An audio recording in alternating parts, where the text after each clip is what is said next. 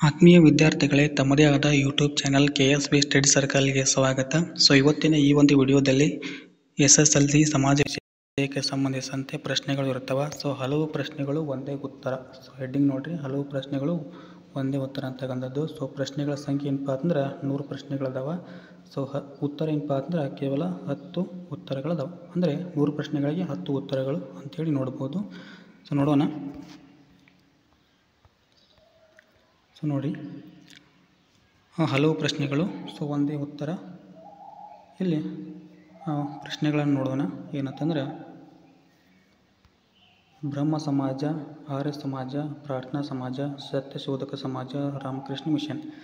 ಈ ಒಂದು ಸಮಾಜಗಳ ಬೋಧನೆಗಳಾಗಿರ್ಬೋದು, ಉದ್ದೇಶಗಳಾಗಿರ್ಬೋದು, ದೃಷ್ಟಿಕೋನ ಆಗಿರ್ಬೋದು, ಮುಖ್ಯಾಂಶಗಳಾಗಿರ್ಬೋದು, ಎಲ್ಲದಕ್ಕೂ ಏನಪ್ಪ ಅಂದ್ರೆ ಸಾಮಾನ್ಯವಾಗಿರ್ತಕ್ಕಂಥ ಉತ್ತರವನ್ನು ನೀಡಿದ್ದೇನೆ. ನೋಡಿ, ಏಕದೇವತಾ ಆರಾಧನೆ ಪ್ರತಿಪಾದನೆ ಮಾಡ್ತಾರೆ, ಸ್ತ್ರೀ ಶಿಕ್ಷಣಕ್ಕೆ ಪ್ರೋತ್ಸಾಹ ಕೊಡ್ತಾರೆ, ಸ್ತ್ರೀ ಪುರುಷರ ಸಮಾನತೆ, ಜಾತಿ ಪದ್ಧತಿ ನಿಷೇಧ, ಅರ್ಥಹೀನ ಆಚರಣೆಗೆ ವಿರೋಧ, ಆಮೇಲೆ ಮೂಢನಂಬಿಕೆಗೆ ವಿರೋಧ ಅಂತಕ್ಕಂಥದ್ದು, ಬಾಲ್ಯ ವಿವಾಹಕ್ಕೆ ವಿರೋಧ, ಬಹುಪತ್ನಿತ್ವಕ್ಕೆ ವಿರೋಧ.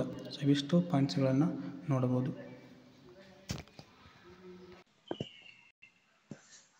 ನೆಕ್ಸ್ಟ್ ಪ್ರಶ್ನೆ ನೋಡೋಣ. ಏನಂತಂದ್ರೆ ವಿದ್ಯೋದ್ದೇಶ ಆಗಿರ್ಬೋದು, ದಾಮೋದರ ಕಣಿವೆ, ಬಾಕರನಂಗಲ್ ಕಣಿವೆ ಯೋಜನೆ ಆಗಿರ್ಬೋದು, ಹೀರಾಕೂಡ್ ಆಗಿರ್ಬೋದು, ಕೋಸಿ ಆಗಿರ್ಬೋದು, ತುಂಗಭದ್ರಾ ಆಗಿರ್ಬೋದು, ಆಮೇಲೆ ಇವಿಷ್ಟು ಅದಾವ. ಏನಂತಂದ್ರೆ ನದಿ ಕಣಿವೆ ಯೋಜನೆಗಳಾಗಿರ್ಬೋದು. ಆ ಉದ್ದೇಶಗಳನ್ನು ಕೇಳಬಹುದಾಗಿರ್ತಕ್ಕಂಥ ಪ್ರಶ್ನೆಗಳು ಇರ್ತಾವೆ. ಉದ್ದೇಶಗಳನ್ನು ನೋಡೋಣ. ಏನಂತಂದ್ರೆ ಮೊದಲದಾಗಿ ಪ್ರವಾಹ ನಿಯಂತ್ರಣ ಅಂತಕ್ಕಂಥದ್ದು, ನೀರಾವರಿ ಪೂರೈಕೆ ಆಗಿರ್ಬೋದು, ಜಲವಿದ್ಯುತ್ ಶಕ್ತಿ ಉತ್ಪಾದನೆ ಆಗಿರ್ಬೋದು, ಮೀನುಗಾರಿಕೆ ಆಗಿರ್ಬೋದು, ಆಮೇಲೆ ಅರಣ್ಯ ಶೋಷಣೆ ಆಗಿರ್ಬೋದು, ಮಣ್ಣಿನ ಸವೆತ ತಡೆಗಟ್ಟುವುದಾಗಿರ್ಬೋದು, ಆಮೇಲೆ ಗೃಹ ಕೈಗಾರಿಕೆಗೆ ನೀರು ಒದಗಿಸುವುದಾಗಿರ್ಬೋದು, ಆಮೇಲೆ ನೌಕಾಯಾನಕ್ಕೆ ಒಂದು ಮಹತ್ವ ಅಥವಾ ಪ್ರೋತ್ಸಾಹ ಆಗಿರ್ಬೋದು. ಎಲ್ಲ ಪ್ರಶ್ನೆಗಳಿಗೆ ಉತ್ತರ ಏನಪ್ಪ ಅಂದ್ರೆ ಒಂದೇ ಒಂದು ಉತ್ತರ ಇರ್ತಕ್ಕಂಥದ್ದು. ಇನ್ನು ಮುಂದಿನ ಒಂದು ಪ್ರಶ್ನೆಯನ್ನು ನೋಡೋಣ. ನೆಕ್ಸ್ಟ್ ಏನಂತಂದ್ರೆ ಕೈಗಾರಿಕೆಗಳ ಕಬ್ಬಿನ, ಅಲ್ಯೂಮಿನಿಯಂ, ಹತ್ತಿ ಬಟ್ಟೆ ಕೈಗಾರಿಕೆ, ಸಕ್ಕರೆ ಕೈಗಾರಿಕೆ, ಕಾಗದ ಕೈಗಾರಿಕೆ. ಏನಂತಂದ್ರೆ ಇವೆಲ್ಲ ಕೈಗಾರಿಕೆಗಳ ಸ್ಥಾನೀಕರಣದ ಮೇಲೆ ಪ್ರಭಾವ ಬೀರ್ತಕ್ಕಂಥ ಅಂಶಗಳು ಯಾವುವು ಅಂತಕ್ಕಂಥ ಪ್ರಶ್ನೆಯನ್ನು ಕೇಳುವ ಸಾಧ್ಯತೆ ಇರ್ತದೆ. ಯಾವ ನೋಡೋಣ.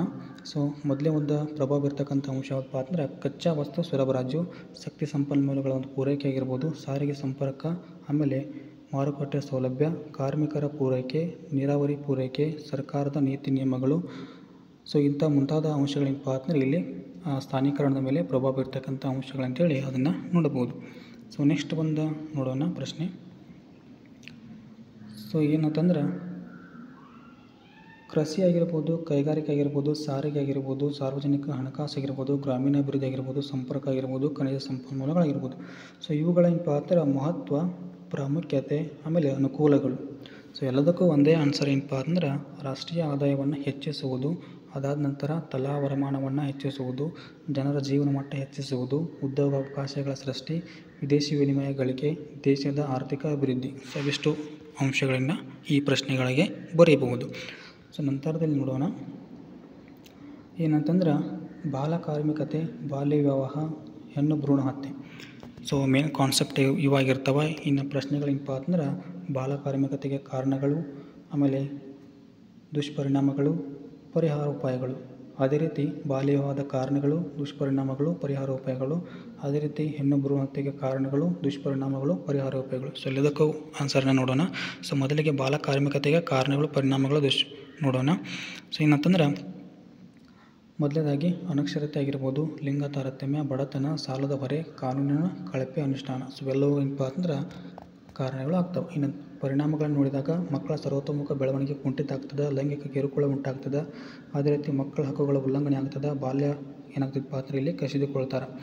ಇನ್ನು ದುಷ್ಪರಿಣಾಮಗಳದು. ಇನ್ನು ಪರಿಹಾರೋಪಾಯಗಳನ್ನು ನೋಡಿದಾಗ ಮಕ್ಕಳ ಶಿಕ್ಷಣಕ್ಕೆ ಒತ್ತು, ಆಮೇಲೆ ಕಠಿಣ ಕಾನೂನುಗಳ ಕ್ರಮವನ್ನು ಜಾರಿಗೆ ತರಬೇಕು, ಸಾಮಾಜಿಕ ಮೌಲ್ಯಗಳ ಜಾರಿಗೆ ತರಬೇಕು, ಅದಾದ ನಂತರ ಮಕ್ಕಳ ಹಕ್ಕುಗಳ ಸಂರಕ್ಷಣಾ ರಚನೆಯನ್ನು ಮಾಡಬೇಕು, ಶೋಷಣೆಯ ಒಂದು ನಿಯಂತ್ರಣವನ್ನು ಇಲ್ಲಿ ಮಾಡಬೇಕು.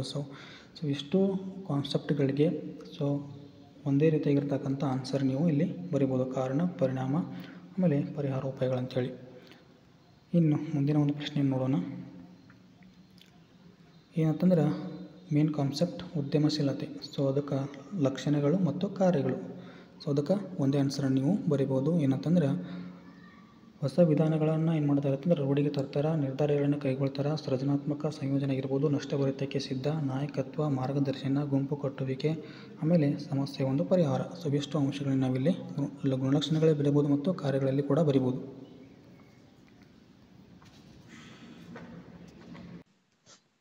ಸೊ ಮುಂದಿನ ಪ್ರಶ್ನೆ ಏನಂತಂದ್ರೆ ಕಾನ್ಸೆಪ್ಟು. ಸೊ ಬ್ಯಾಂಕುಗಳು ಅಂತಕ್ಕಂಥದ್ದು. ಸೊ ಬ್ಯಾಂಕುಗಳ ಕಾರ್ಯಗಳಾಗಿರ್ಬೋದು, ಸೇವೆಗಳಾಗಿರ್ಬೋದು, ಅನುಕೂಲಗಳಾಗಿರ್ಬೋದು. ಸೊ ಎಲ್ಲದಕ್ಕೂ ಕೂಡ ಏನಪ್ಪ ಅಂತಂದರೆ ಒಂದೇ ರೀತಿಯಾಗಿರ್ತಕ್ಕಂಥ ಉತ್ತರ ಬರೀಬಹುದು. ಸೊ ಏನಂತಂದ್ರೆ ಹಣದ ವರ್ಗಾವಣೆ ಆಗಿರ್ಬೋದು, ಭದ್ರತಾ ಕಪಾಟು ಸೌಲಭ್ಯ, ಸಾಲ ನೀಡುವುದು, ಹಣದ ಭದ್ರತೆ, ಭರವಸೆಯ ಸೇವೆಗಳು, ಹಣದ ಪಾವತಿ, ಹಣ ವಸೂಲಿ ಅಂತಕ್ಕಂಥ ಅಂಶಗಳನ್ನು ಬರೀಬಹುದು. ಸೊ ನೆಕ್ಸ್ಟ್ ನೋಡೋಣ.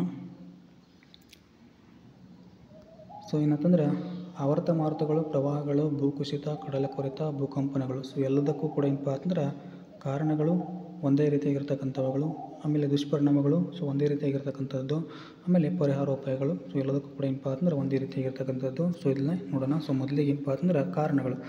ಸೊ ಕಾರಣಗಳೇನಂತಂದ್ರೆ ಪರಿಸರ ಮಾಲಿನ್ಯ ಆಗಿರ್ಬೋದು, ಪರಿಸರ ಸಮತೋಲನ ಆಗಿರ್ಬೋದು, ಪರಿಸರದ ದುರ್ಬಳಕೆ ಆಗಿರ್ಬೋದು, ಜಲಾಶಯ ನಿರ್ಮಾಣ ಆಗಿರ್ಬೋದು, ಆಮೇಲೆ ನಗರೀಕರಣ, ಗಣಿಗಾರಿಕೆ, ಆಧುನೀಕರಣ. ಸೊ ಇವೆಲ್ಲವೂ ಕೂಡ ಏನಪ್ಪ ಅಂತಂದ್ರೆ ಇಲ್ಲಿ ಕಾರಣಗಳನ್ನಾಗಿ ಬರೀಬಹುದು. ಇನ್ನು ದುಷ್ಪರಿಣಾಮಗಳನ್ನು ನೋಡಿದಾಗ ಸೊ ಪ್ರಾಣಹಾನಿ ಆಗಿರ್ಬೋದು, ಸಾಂಕ್ರಾಮಿಕ ರೋಗಗಳ ಹರಡುವಿಕೆ ಆಗಿರ್ಬೋದು, ಆಸ್ತಿ ಹಾನಿ ಆಗಿರ್ಬೋದು, ಆಮೇಲೆ ಸಾರಿಗೆ ಸಂಪರ್ಕದ ಒಂದು ವ್ಯವಸ್ಥೆ ಆಗಿರ್ಬೋದು, ಬೆಳೆ ನಾಶ ಆಗ್ತದೆ, ಸಾಮಾಜಿಕ ಜೀವನ ಅಸ್ತವ್ಯಸ್ತ ಆಗ್ತದೆ.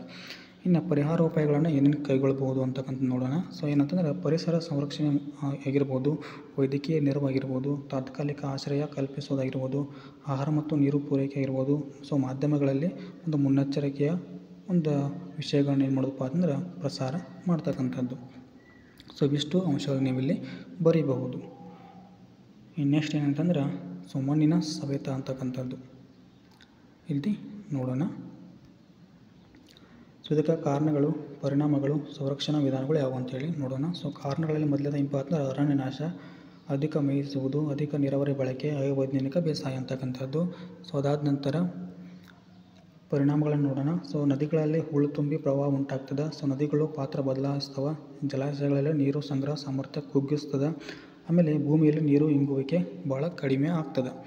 ಇನ್ನು ಸಂರಕ್ಷಣಾ ವಿಧಾನಗಳನ್ನು ನೋಡೋಣ. ಸೊ ಏನಂತಂದ್ರೆ ಇಳಿಜಾರಿಗೆ ಅಡ್ಡಲಾಗಿ ಉಳುಮೆಯನ್ನು ಮಾಡೋದು, ಆಮೇಲೆ ಅಡ್ಡ ಬದುಗಳನ್ನು ನಿರ್ಮಿಸುವುದು, ಅರಣ್ಯನಾಶವನ್ನು ತಡೆಗಟ್ಟುವುದು, ನೀರಿನ ಯೋಜಿತ ಬಳಕೆ ಮಾಡೋದು, ಚೆಕ್ ಡ್ಯಾಮ್ಗಳು ನಿರ್ಮಾಣ ಮಾಡೋದಾಗಿರ್ಬೋದು, ಆಮೇಲೆ ಅತಿಯಾಗಿ ಮೇಯಿಸೋದನ್ನು ನಿಯಂತ್ರಿಸಬೇಕು, ಹಂತ ಹಂತವಾಗಿ ವ್ಯವಸಾಯ ಕ್ಷೇತ್ರಗಳನ್ನು ನಿರ್ಮಾಣ ಮಾಡಬೇಕು. ಸೊ ಇದಿಷ್ಟು ಏನಪ್ಪ ಅಂದ್ರೆ ಮಣ್ಣಿನ ಸವೆತಕ್ಕೆ ಸಂಬಂಧಿಸಿದಂಥ ಪ್ರಶ್ನೆಗಳು ಕೇಳಿದ್ರೆ ಈ ಆನ್ಸರನ್ನು ನೀವು ಬರೀಬಹುದು. ಸೊ ನೆಕ್ಸ್ಟು ಸೊ ಅರಣ್ಯ ನಾಶ ಅಂತಕ್ಕಂಥ ಒಂದು ವಿಷಯ ಇರ್ತಕ್ಕಂಥದ್ದು. ಅರಣ್ಯ ನಾಶ, ಇದಕ್ಕೆ ಕಾರಣಗಳು, ಸಂರಕ್ಷಣಾ ವಿಧಾನಗಳು. ಸೊ ಕಾರಣಗಳನ್ನು ಮೊದಲು ನೋಡೋಣ. ಸೊ ವ್ಯವಸಾಯದ ವಿಸ್ತರಣೆ ಆಗಿರ್ಬೋದು, ಹೈನುಗಾರಿಕೆ, ರಸ್ತೆಗಳು ಮತ್ತು ರೈಲು ಮಾರ್ಗದ ನಿರ್ಮಾಣ, ನೀರಾವರಿ ಯೋಜನೆಗಳ ಒಂದು ನಿರ್ಮಾಣ ಆಗಿರ್ಬೋದು, ಕಾಡ್ಗಿಚ್ಚು ಆಗಿರ್ಬೋದು, ಗಣಿಗಾರಿಕೆ ಆಗಿರ್ಬೋದು. ಸೊ ಇವೆಲ್ಲವೂ ಏನಪ್ಪ ಅಂತಂದ್ರೆ ಅರಣ್ಯ ನಾಶಕ್ಕೆ ಕಾರಣಗಳಾದ್ರೆ. ಇನ್ನು ಸಂರಕ್ಷಣಾ ವಿಧಾನಗಳನ್ನು ನೋಡೋಣ. ಸೊ ಏನಂತಂದ್ರೆ ಘರ್ಷಿತ ಮರಗಳನ್ನು ತೆಗೆಯುವುದು, ಆಮೇಲೆ ರೋಗಗಳ ನಿಯಂತ್ರಣ ಆಗಿರ್ಬೋದು, ಸಸಿಗಳನ್ನು ನೆಡುವುದು, ಕಠಿಣ ಕಾನೂನು ಕ್ರಮ ಜಾರಿ ಆಗಿರ್ಬೋದು, ಸಾಮಾಜಿಕ ಅರಣ್ಯ ಪೋಷಣೆ ಆಗಿರ್ಬೋದು, ಬೀಜಗಳನ್ನು ಹರಡುವುದಾಗಿರ್ಬೋದು. ಸೊ ಅದಾದ ನಂತರ ಅತಿಯಾಗಿ ಮೇಯಿಸುವುದನ್ನು ನಿಯಂತ್ರಿಸುವುದು, ಆಮೇಲೆ ಸಾರ್ವಜನಿಕರಲ್ಲಿ ಏನು ಮಾಡೋದಪ್ಪ ಅಂತಂದ್ರೆ ಜಾಗೃತಿಯನ್ನು ಮೂಡಿಸುವುದು. ಸೊ ಇವೆಷ್ಟು ಬರೀಬೋದು ಸಂರಕ್ಷಣಾ ವಿಧಾನಗಳಲ್ಲಿ. ಇನ್ನು ನೆಕ್ಸ್ಟ್ ಏನಂತಂದ್ರೆ ಇಷ್ಟು ಪ್ರಶ್ನೆಗಳು ಮತ್ತು ಉತ್ತರಗಳು ಆಗಿರ್ತವೆ. ಇನ್ನು ಕೊನೆಯದಾಗಿ ಏನಪ್ಪ ಅಂತಂದ್ರೆ ನೀವು ನಮ್ಮ ಚಾನಲ್ನ ಸಬ್ಸ್ಕ್ರೈಬ್ ಮಾಡಿಲ್ಲ ಅಂತಂದರೆ ಸೊ ದಯವಿಟ್ಟು ಸಬ್ಸ್ಕ್ರೈಬ್ ಮಾಡಿಕೊಳ್ಳಿ ಅಂತ ಹೇಳ್ತಾ ಇದ್ದೀನಿ.